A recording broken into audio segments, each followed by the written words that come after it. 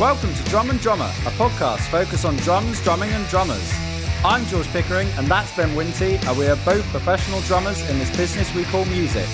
So stick around and join us as we pass the time whilst trying to stay in time. I'm not funny, I'll fucking live there. It was, honestly, it was absolutely insane. Hot enough for you, big boy? Great. Is that what someone said to you? No, but it applies because it's really hot and I am a big boy. It's really hot, isn't it? And life is just harder when it's really hot. You're a man who's now semi-retired. Do you know what? Yeah, I really, no, fair play, because, that's sort of what I've been aiming for, really. Yeah. Well, you've done it, so congrats. So how have you been spending the heat wave? Well, in truth, looking after my mum, really. Oh, okay. Yeah, right. Every day. Oh, shit. It's, I won't go into too much detail, but, it's horrible. It's really not nice, and it's very time-consuming and very physically and mentally demanding. Yes. To have to completely look after someone who can't look after themselves. Yeah. As you probably fair well know, working in a care home. Yeah, but I get to leave at 5. You get to leave at 5, blunt. yeah. And actually today we have visited some care homes. Right, okay. Because she's going to go and stay in one for a few weeks. Respite. As a respite stop for everyone to just have a breather and for her to be looked after. Nice. Other than that, top off, ice lolly and mouth. Really, that's you or your mum? Me. Good. Yeah, I think for everyone's sake, she should be top on. You know, she's 75. Like, it's not. You know. But if she wants an ice lolly, let her have an ice lolly. Pop one in. Yeah. She won't remember she's had one, but. You know, is she living with you? Well, you won't go too deep into it on the podcast, but is she with you or is she? No, she's at her home. She did come and stay with us for one night, but it was a fucking nightmare, and she couldn't. We got a toilet upstairs, done work. She's got mobility issues and mental health issues, and it's an absolute clusterfuck of, you know. And I'll be honest, because this is an honest podcast, you know. Yeah. We're hoping she gets better, right? Yeah. That's the plan. Yeah. But it's just a fucking long process. Red tape. Yeah. But everyone's doing their best. Now, what I went through with my dad was horrible, but in some ways, easy. Yeah. Bang, gone. Cool. Yeah. I know him as the great man he was, you know. Yeah. This is, you're watching someone, that's not my mum. This is not. Has it got to that point yet where you're like... Well, she had an episode last year, it's lasted a while. She got better on this medication, and she's having another recurrence of this severe anxiety and psychosis and stuff. And so you can do what you can do, and you go around and you help her and you help organise things, and like, these are the things. And then you go home, and then you come back the next day, and the notes are all torn up, and there's the scribbles, like, it looks like fucking Heath Ledger's Joker diary. Right. It's insane. And I wake up to 23 WhatsApp messages that were sent between 4:04 and 4:07 in the morning. Right. You know, there's no, and she doesn't remember, so there's she has not really any mental control or short-term memory or competence at doing things on her own at the moment. And as the only local family member, it's very difficult to devote as much time as required, because which at the moment is probably full time. Yeah. And she's back on the medication, but it takes a while to kick in. So doing my best. Of course, coincidentally, it's a fucking heat wave. Yeah. I've now got the busy period of wedding gigs, like weekday ones now. I'm like Saturday, Wednesday, Friday, Monday, Sunday. Throwing that as well, just during the middle of the night. We've got a fan, like an old fan in our bedroom. During the middle of the night, pop, bang, right, fuse is gone. All the lights in the top floor of the house are gone. I'll just flip that back on. Oh, that's sparking. Right, that's not good. I might just have to push that aside for a second, and not electrocute myself, and just put up with no lights on upstairs for a night, at least. At least. Yeah.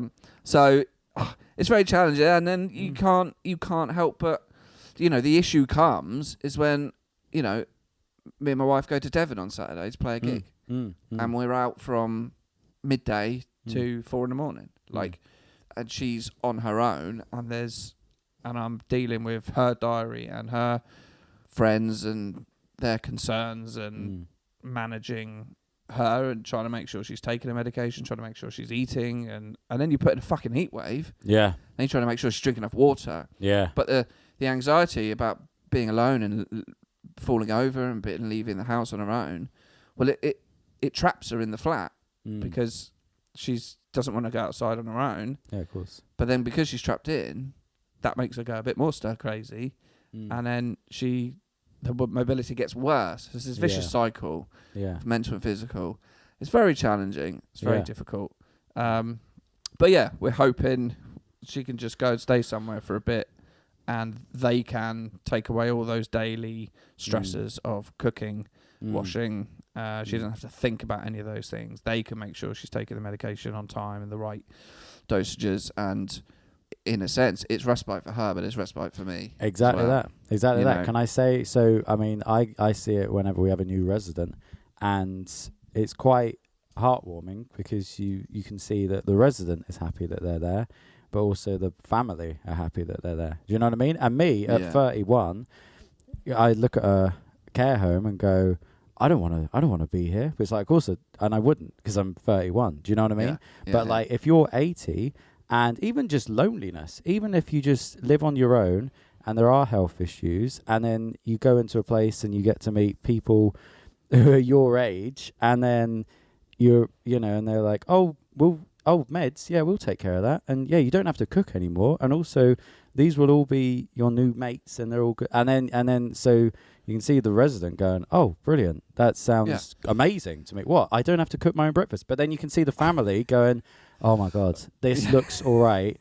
We're happy with this place. And now I can go back to, not completely go back to my life and forget about my mum or dad, but like sort of go, okay, like she's good there. And I'll come by on Saturday and see her. You know what I mean? Absolutely. In a better way, Yeah. So, yeah. I mean, while we're on this, like, I always said, I loved living in halls of residence at uni. Like, I had a really good bunch of friends, and we all lived on the same floor. Yeah. And we caused absolute chaos to the point we were banned from ever living there again. Like, I don't know if it's normal at one of the world's most prestigious conservatoires of music to go and buy paintball guns, and then play a paintball match at 2 a.m. I don't know. I don't know if that's normal. Whereabouts was this? Just within the halls? Within the halls and outside of the grounds. We found a secret stairwell outside. You could get up on the roof. I don't know why. I think we set a tricycle on fire and threw it off. It's all these sorts of stuff. I don't really know why we were banned, to be honest. Bumscroft took a shit out of a window. It's all sort of. It's good. It's good. Sure, you might jump into the pond and kill a fish. Accidents happen. Yeah, they do. But in the cold, when it's 3 a.m, it's hard to see the fish. So, where are you going with this? Well, I always joked at the time because we loved it so much. I was like, well, why don't we all go and live in an old people's home together when we're 70? Yeah. Just even if we're fine, and just live in halls again. And literally. just prop that bin full of water outside Larry's room again, knock on the door, run down the corridor slowly because we'll probably be old. Yeah. And then, let him open the door and the water rush in. Yeah. Why not do that sort of stuff again? Exactly. And have that fun. I mean, it's probably a bit logistical. A lot of people have lived abroad now, but I'm sure it's like, if we're single and we're 40, let's get married. No, this is, if we're 70, whatever, let's all just go and live the same place and have a laugh. It'd be great. Exactly, it would. Cook. Do you know what's funny? Because life, it really does. I've learnt this from the home. It is like I don't know if cycle's the right word. Yeah, exactly that. Curve. So when I watch them at lunch or supper, these old folks, it's like a primary school lunch or supper. I've worked in primary schools as music teachers, and when you walk through the lunch bit, you're like, this is fucking chaos. It's the same at an old people's home because a lot of their inhibitions are gone, and it's just sort of, there's no decorum to them. There's no. Someone's pooed themselves. But I mean, and that's the least of it. But all right, but I'll tell you this though, right? Yeah. We went to look at a couple of care homes today. Oh, yeah. And that in itself, just getting mum out in this fucking heat wave. I got a car with fucking broken aircon. Like, it was horrible. And she's, you know, I think when you're trying to help her, and I always will, but and then you're like, we go and see 2 care homes, and then I take her home, and then she's like, well, the first or the last one? Well, we only saw 2. So Yeah. I thought we saw 3. No, that was just one big one. Anyway, so look, you know, to put it bluntly, like, she's got a few bob, right? So I found a couple of nice ones. Yeah. And one of them, I'm not being funny, I'll fucking live there. It was, honestly, it was absolutely insane. It was like stepping in, I don't know what sort of care home you work in. Yeah. We walked in and I was like, I don't belong. Yeah. Like, I'm in a Hello Kitty t-shirt, Yeah. grey shorts, fat belly, because I can't do any exercise, right? And I'm just like sweating. Yeah. And it is like an Art Deco New York hotel. Wow. It is absolutely ridiculous. There's like they called it the bistro. This is just when you walk in. It's like a bar. Like the decoration is like the decor is incredible. Yeah. There's just muffins, chocolates, any fucking drink you want, tables and chairs. Like, and it was like a fucking £100 a head restaurant. Like, Yeah. And I'm like, I don't know if we could be in here. And they're like, sit down, right? Yeah. And the decor throughout it was like a hotel. It was insane. And then you look in they're like, oh, here's a bathroom, like a big bathroom you can use. You've all got en suites, but and it was like a fucking spa. Yeah. Like the decor, and they had this huge bath that lifts you. You sit in it and lifts you into the bath, right? And then they were like, I was like, oh, it's like a spa in here. And they were like, oh, we do have a spa. This is the fucking spa. Like, you got to say, there's a spa, like massage tables. They have someone full time doing this shit. Oh, you want to watch a film? Come to the cinema. Wow. You go in, right? And there's like 10 really big comfy chairs. There's a screen the size of a fucking wall. There's a popcorn machine. There's drinks. Like, it's like dim and dark in there. Yeah. And then they have there's a salon. Yeah. Where you can get your hair done and your nails done. I was like, this is absolutely ridiculous. Oh, and here's one restaurant. Oh, and there's another restaurant. Wow. And it's all, you know, don't get me wrong, this place is not cheap. No. Right? But it's all gratis. Do you know what I mean? You're paying to be there. You just order whatever you want. You just get whatever. And that extends. And I didn't want to influence my mum's decision, right? Because we saw 2. They were both very nice, slightly different. But this second where does this go? How did it involve you? This second one, right, had the bistro, and it had 2 other restaurants, and it had a private dining area that you can rent out for special occasions for up to 10 people. Right. For free. Like, you don't have to pay extra. Wow. Right? As a family member, I can visit anytime I want. Yeah. But up to 4 times a week, I can eat at the restaurants for free. For free. That's amazing. Right? Yeah. So me and my wife, we could go visit mum and we could just all have lunch. Yeah. There's no card machine. Like, there's no That's amazing. bill. You just order what you want. And then we were sat there and we had to wait a bit to see the manager. And the hospitality, like, they have a head of hospitality, of course. She was like, can I get you a sandwich? I was like, well, I mean, yeah. She's like, what do you want? I was like, she's like, do you want a BLT? I was like, yeah. And she's like, do you want a muffin? I mean, yeah. I mean, there's just a pile of toffee crisps and Kit Kats and... Yeah. She's like, do you want J2O? I was like, yeah, go on Obviously, then. They got me not just a J2O, but in a really fancy glass with ice. Wow. And I'm like, and this is just, we haven't even, I mean, well, absolutely. I mean, don't get me wrong, so expensive. Well, so to put it into perspective, the home I work at, rooms range from about $1,000 to $1,200 a week. Yeah. So what's that one? 2 a week. Oh, see, but the thing is, if you're paying $1,200, because well, this is the thing. The other one we saw was lovely, and that was like 17. Yeah, I'm not going to. And you're like, I mean, you know, the plan is she's only going to be there for 2 weeks, maybe extend it to a month or whatever. Like, hopefully, till she gets better. But you're like, I mean, I can eat that difference in 3 meals every week. Yeah, gladly. Yeah, I'll pop in and I will wolf a lasagna down. Yeah, I mean, it saved me money. Yeah, you know what I mean? Exactly. It will all balance out. I mean, to put it bluntly, is they go in the cinema and I'm just in there, all right? Just grazing on my popcorn with my Maltesers poured in. But it's Got like, Interstellar on. Huh? I mean, the home I work at. They were like, Mr. Winter, you can't watch The Dark Knight Rises again. I'm like, I can. It's free. Now get me in J2O. Yeah, exactly. Well, the I'm home I work semi-retired. at, I'm not gonna at all say the name of where I work at. My God, but supper every evening is mostly soup and sandwiches, and it's poor. It is poor.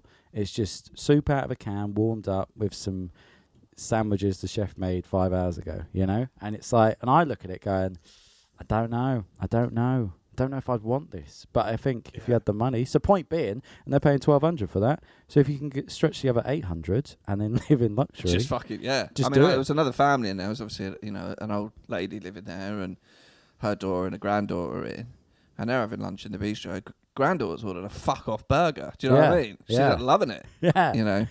So I mean, it's tricky and it's hard because like it looks like a life of luxury, like, but you have to have the means. That's the trouble, isn't it? And to have that level of care is just expensive wherever. But like, hopefully, this one's actually quite close to my house, so I think that can make things nice and easy. But it's like, we'll go there and see what happens, and hopefully they can just look after her and get things back on.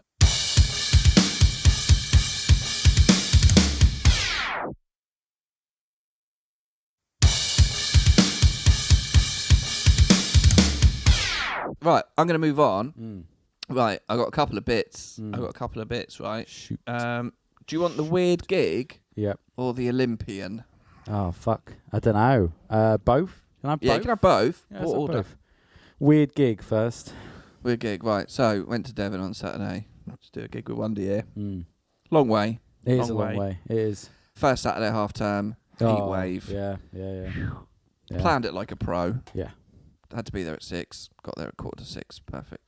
Right, first things, lovely venue. Yep. Staff were great. Yep. It was a very easy gig. Yep. Who was it with? Did you say Wonder Year? It was Wonder Year, yeah. Cool. Easy load-in, no stress, no pressure, setup was easy. It was all that sort of stuff. Yeah. Now, couple of things. We walked in, right, and it was clearly a Lord of the Rings themed wedding. Was Elliot on the gig? He was. Oh, Christ. Yeah, Okay. fucking loved it, obviously. Yeah. Right. But it was all done very nice. Everything was like written in that sort of Elvish. It was all cool. Now, we spoke to the groom, and obviously, little nerd, innit? Do you know what I mean? Little nerd chap, right? And he had his one ring from Lord on a little chain. It looked very smart, lovely. But it was all because it was in Devon as well. Do you know what I mean? It's all a bit backwards down there. It was like going to the Shire. Do you know what I mean? Like we were coming from. Let's mix fantasy. We were coming from King's Landing, and we were going to the Shire. Yeah. Yeah. So it was all kind of like just sort of lovely nerdlingers. Love it. Now a couple of bits. One, we weren't doing the DJ add-on, but we had to put playlists on, and they were quite specific with their playlists. Right, we want this before you start, this in the break, this after you start, and then the last half an hour to be this. Yeah, cool. You know what you want. It's fine. Now, the break between our sets was 45 minutes, and the playlist they had provided, right, it's usually a mix. You know this. It's usually a mix. They're a bit of old stuff, but new stuff, things they like. It was a playlist, and it was 48 minutes entirely comprised of Sleep Token. Right, wow.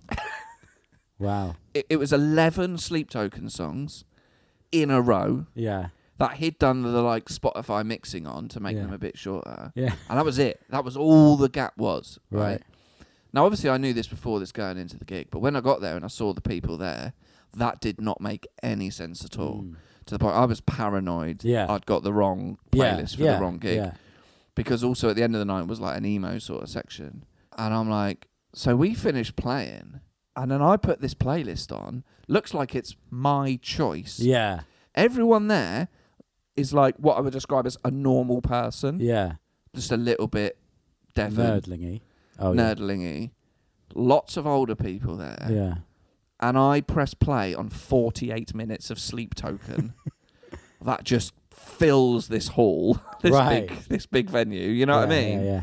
I'm like, cool. I mean, the bride and groom, they were like, that's our favourite band. And they were on the dance, but no one else was with them. Oh, it was sorry. just them When you on the said dance fills floor. this hall, I thought you meant as in everyone came along. But no, it was the opposite. No, it emptied the hall. Sound filled the hall. And it's all right because there's loads of piano-y bits and like, ooh, and then suddenly it goes, it's this huge sort of metal bit. Yeah. Oh, that was fucking weird. Anyway, another thing was in that break, I had to have a little chat with the band. Right. Because in my eyes, standards were not good enough. Right? Yeah. And one of that being, come on, guys, you're fucking up simple songs you play every week. Get your head in the game. This is. I know it's a long way and it's really hot, but this is simple shit. Right. The second, and I've chatted to him privately after the gig. Right. So he was obviously quite excited about the Lord of the Rings stuff. So the first dance came on. We played that right on the Spotify on the iPad. Yeah. And then he went into some kind of, I think, Lord of the Ringsy style speech to like introduce, you know, say congratulations, guys. And but what he did was the bride and groom were right in front of him, having just done their first dance. What he did was got her name wrong 4 times in the space of 12 seconds. Right? Yeah. He said Catherine, her name was Caroline. Right. And he kept doing it in an incredibly quick succession. Eventually corrected himself. But her face was going, what the fuck are you doing? Like, what? And she even threw her hands up. Wow. Like, in the air. Yeah. And I said in the break, and as much as I deride this, and whatever I think, I said, I'm sorry, you cannot get the bride's name wrong. No. You cannot do it. They have paid over £2,000, the equivalent to just over 1 week in a care home in Bedhampton, right? For us to come and play. The worst thing you can do is fucking say her name wrong. Yeah. To her face 4 times in a row. Like, and you start that because then you start the gig on a bad note. You start the gig like with your head down, being like, fucking hell. Yeah. And I've been doing this a long time, and all the majority of singers, you know, who do Decade and everything, I can say the Decade singer did it for 10 years. He never got their names wrong because he never said their names. Yeah. He said bride and groom every time. Bride and groom. Because you're putting yourself under so much pressure. You've got gigs every week, two gigs a week, to kind of retain a shorthand information of who these people are. And then when you're on the mic, that sort of shit can leave you instantly. Yeah. And if you say one of their names, you got to say the other one. Yeah. And if you get it wrong, that's the basic shit I'm talking about. And when I say, like, when I saw my mate's band play in Newcastle a few weeks ago at his wedding, and like they were really good, and it made me go, are we doing anything wrong? Are we lazy? Are we this thing? That I look at that and I go, they would never have got the names wrong. Yeah. Like that professionalism and that slickness. It's like, come on, that's 101 shit. That is unacceptable. Yeah. Do you know what I mean? Yeah. Like, and then I had that chat. You know, I was pissed off. Just driven fucking miles. I got loads of shit going on, and you get that wrong, I'm not a happy boy. Yeah. Right. But sometimes I think you've got to say it. You've got to say that stuff. If you know, because we're all that's the difficulty. We're all friends, and I said to him afterwards, look, that was professional. Like, it doesn't change our friendship. Like, I still love you, but like, I have to say that stuff because it's not good enough. Yeah, totally. And you need to take that into the next gig. Yeah. But it's done now. I've said my piece. That's business done. Yeah. Let's have a fun journey home. Yeah. You know. Yeah. Anyway, I've got another little funny story about an Olympian. If you want it. Yeah. So, I recorded this old folk duo for a few years at the Blacksmiths. A couple of lovely old guys. I think I remember, Yeah, and they, you know, knew I had a new studio, and I got in touch with them, and they were like, look, we've got some new material coming up soon. Be great to come and work with you again. Like, yeah, perfect. Let me know when you're ready. And then he got in touch with me, and he said, look, we're not quite ready to record yet, but my son moved to Canada, and he has a family out there, and he's coming over with his son, so my grandson, for a couple of weeks in May, and he's learning the drums. He's 12 years old. He's learning the drums. I'd love it if he could come around to your studio and meet a professional drummer, and see all your gear and look at recording, things like that. I was like, yeah, no problem. He said, I'll pay you. I said, good. And, I'm not doing it for free, don't get me wrong. Mental. So anyway, they came around last Friday, and lovely people, and they live in Toronto. And he was very nervous because he's 12 years old, But I showed him all my gear, all my drums, and all the different cymbals and everything. Got him sat behind the kit. He was left-handed. That was annoying. Had to swap everything around. It was very annoying, very annoying. But he'd been learning some Weezer songs in his drum lessons. So what I did was I just got some Weezer tracks that he'd been learning, and I mic'd him up. The kit was mic'd up, and I recorded him playing along. We filmed it. And then I removed the drums from the originals with the mute drums up, and then synced it all up. So I was like, he's got a video of him playing Buddy Holly and Island in the Sun, recorded, at the studio, and filmed and synced up. But his dad was like, we were just chatting about him moving to Toronto and this sort of thing, and he was like, he was sending me the video via AirDrop, and it was taking a bit of time because it was high res, and he was like, I have to send video a lot because I teach sailing, and we always sort of film stuff, and I have to send it to people, so I know sending all the video files is. And I was like, yeah, it's no problem. Yeah. Anyway, did the session. They were very happy. It was a nice experience for him. And they got a video and recording out of it as well. And then the dad followed me on Instagram, right? And I was like, oh, great, he's followed me on Instagram. They're probably tagging. So I said, yeah, tag, take pictures, do whatever you want. And I looked, and it was like his name _ sailing or sailing coaching or something like that. In his bio, Olympian, 5 times. Wow. Right? So I looked him up.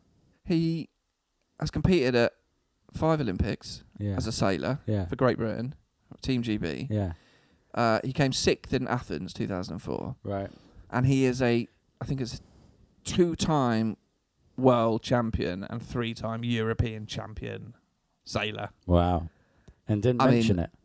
Didn't mention it. That's so cool. That's the way to do it. I do a bit of sailing. That's the way to do it. That's exactly the way to do it. It's exactly the way to do it. Yeah. And I was just like, so cool. Yeah.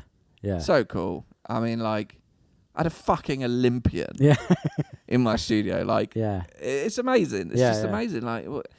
His dad, who I've recorded, never fucking mentioned it either. No. Drop it in. Yeah. Drop it in. Yeah. He hasn't got an Olympic medal. I don't think he won an Olympic medal, but he fucking competed. I mean, that's ridiculous enough. Yeah. Maybe if he'd have just bopped out a world championship medal. Just, what's that? Oh, yeah.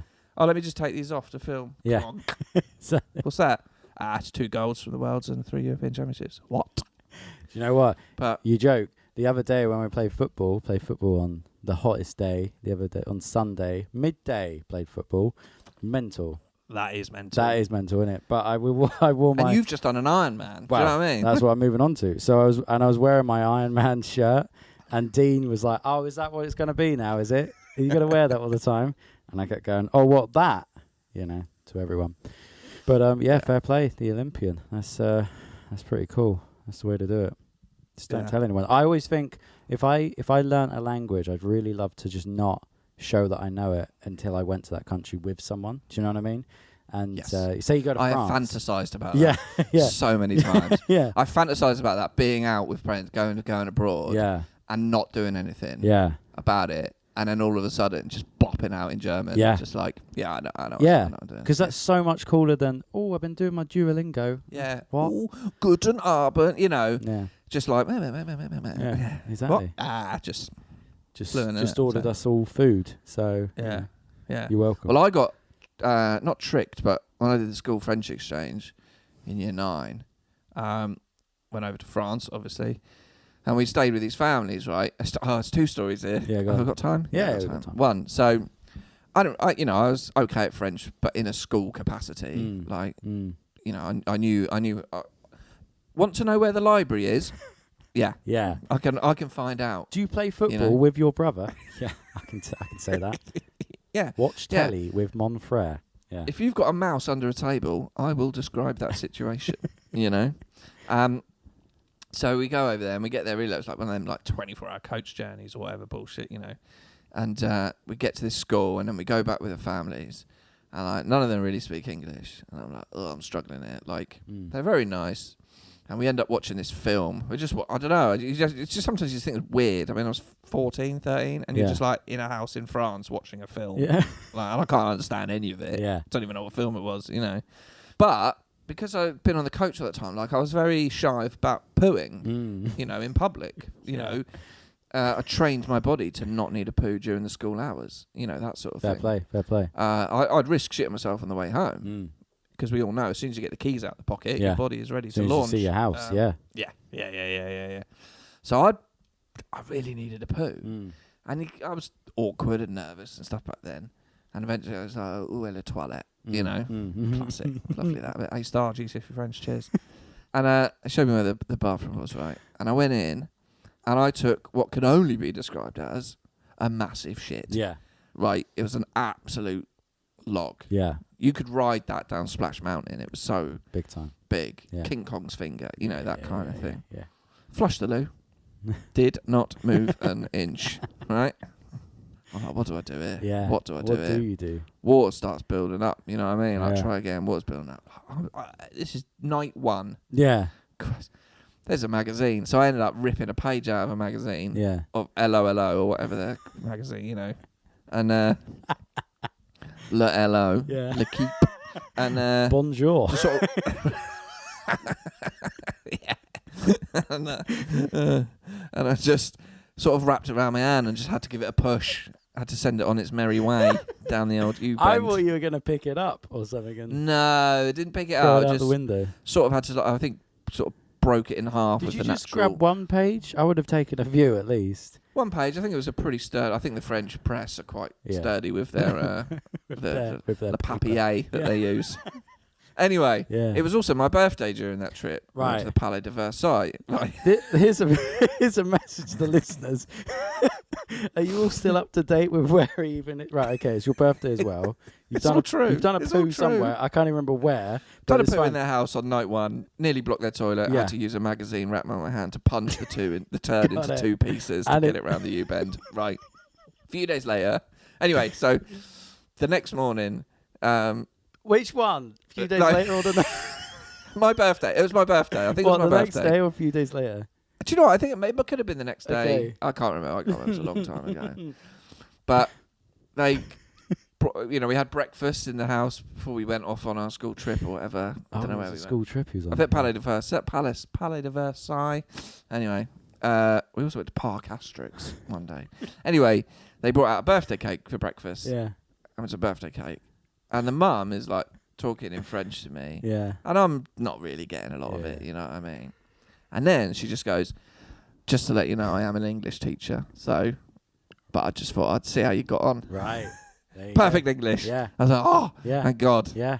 She's like, so I'll speak to you in French, but if you struggle, don't worry, I'll speak English as well. Brilliant. Like, oh, you tricked me. And that's why you should never trust a French person. There you go. Ever. Wow, we got there to the end of whatever that was. You know, that was great.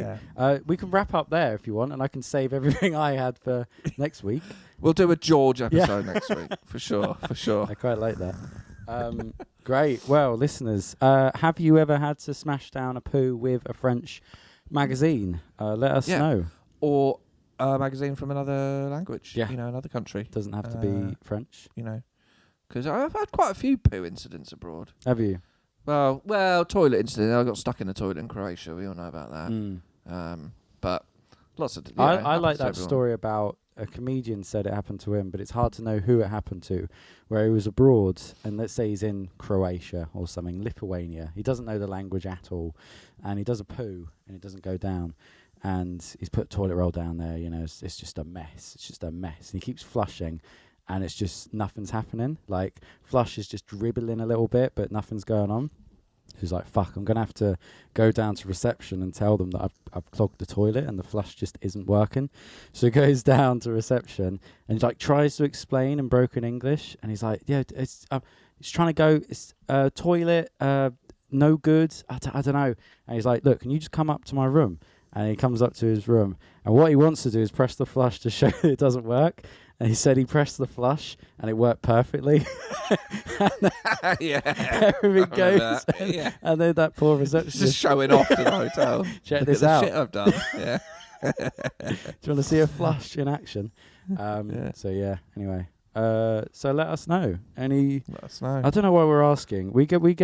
Sometimes people send in stuff, but I think we're grasping at straws if we're trying to get. Have you done a poo abroad and something weird's happened? Yeah. Or the drummers out there. Have you ever? What's the weirdest playlist request that's been put on?